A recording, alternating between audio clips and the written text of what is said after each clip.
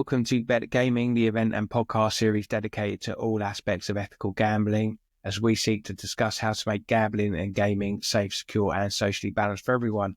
My name's Jim. I'm the host of the show, and in this video, I'm going to be talking about the report that you can see here on the screen.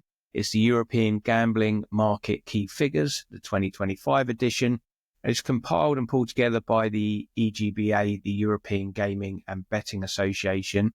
The EGBA is a key association within the gambling industry, and it's one that kindly and generously afforded me some time when I interviewed the Secretary General, Martin Heijer, who explained the great work that the association does and its secretariat, of course, and all the people within there compile outputs like this report that helps make informed decisions, policymakers and regulators. So in this report, they look at key metrics, namely revenue. They look at market share across different countries, but they also look at product share and essentially digital domination, whereby you'll look at how people are gambling and that, massive trend towards digital and less on land-based. So let's take a look at the key slides and statistics in this report and see what sort of information it's given us. So the market revenue share and looking at the gambling market. So this is across Europe,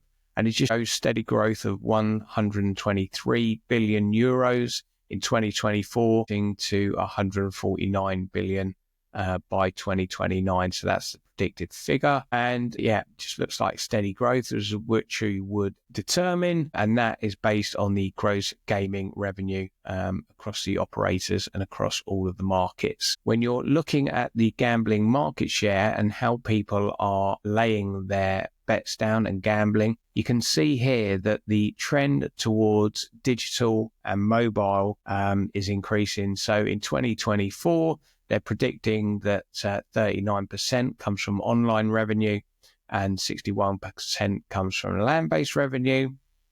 And next year, or this year rather, 2025, they're predicting that it's going to cross over the threshold of 40%.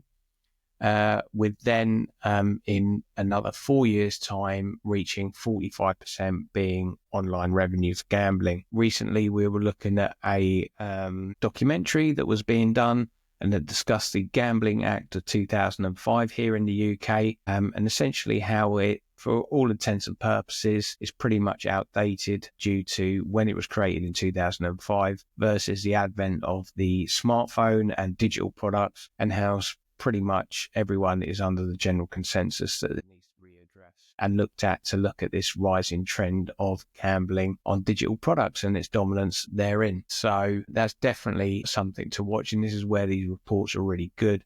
It just gives the policymakers and the regulators the armory in which to address governments. So you can see here that this is an example that not all products should be treated the same. You can see from this one that lottery and gaming machines are primarily, gaming machines are 100% land-based revenue, which is what you would expect. But also lottery is a lot land-based, and that's people picking up their tickets on their weekly shops. Again, this is something that I would predict that there is a trend amongst lottery operators to try and drive digital products first. I know certainly Allwyn are looking to do that in the UK with their scratch cards. Though I say scratch cards, I mean their mobile first scratch cards. And digital revenues is something that they've identified as a growth area. But probably one of the interesting things here is something like casino, where you can see it's £8.5 billion being spent in land-based casinos versus 21.5 billion. I was expecting bingo to be pretty much online, but it still seems that bingo halls are a thing. Who knew that? And then what else is surprising? Pretty much all of poker and sports and events betting is all online, which is something that I'd probably, from my personal behaviour, would agree with, just in so much that I never go to betting shops now anymore, and I do it all online via my apps. So that's the state of play where it comes to products and revenues. This just looks at the size of the market, and as you can see here, from it, it's all in growth, but sports and events betting is probably growing at the highest rate alongside casinos at 2.5%. The lion's share of the revenue is most definitely sitting in the lottery products. Moving on, as you would expect then, again, just looking at land-based gambling market revenue share by products.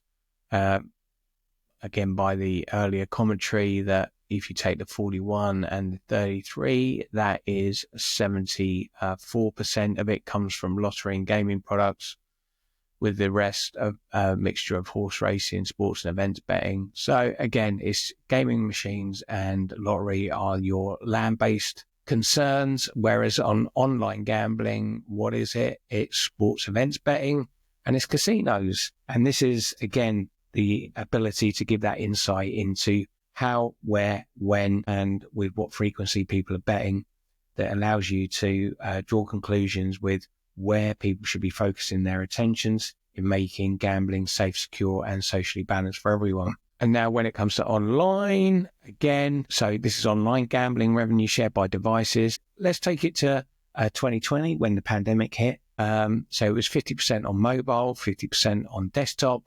And now it is looking at 58% on mobile and 42% on desktop.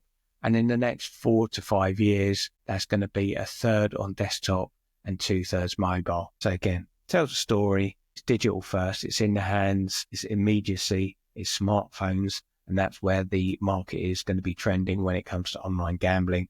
But remind yourself that people are placing those types of bets. They're going to be casinos and they're going to be sports and events betting. And then finally, just looking at the various countries here, and the big spikers are Spain here, Italy, Germany, France, and of course, the UK leading the pack with a revenue of £30.8 billion in 2023. But then, you can see there as well that Italy have got a big land-based revenue, more so, but it is the strength of the online revenue within the UK market, which is putting it ahead of its rivals in those regards. So that's interesting on that part. And then finally, just looking at breakdown here, and I don't think it's going to be any surprise that betting and casino big sectors for the UK market, more so than others. Obviously it looks here like Germany have got big lotteries and Denmark have got big lotteries. So maybe sort of encouraging signs for Allwyn that there is potential to grow within the UK market. But essentially the UK is locked in on betting and casinos with very little poker. But Belgium's big on poker. I don't know why that would be. If anyone's got any insight on that, that would be greatly appreciated. I hadn't spotted that until I started recording. So that's the report from the EGBA. Once again, a really big thank you to them for supplying these sort of information and these reports. I find them really helpful, and it helps just crystallize my thoughts and my opinions as I move towards any discussion and conclusion on ethical gambling. Thanks very much for listening, and I'll see you in the next episode.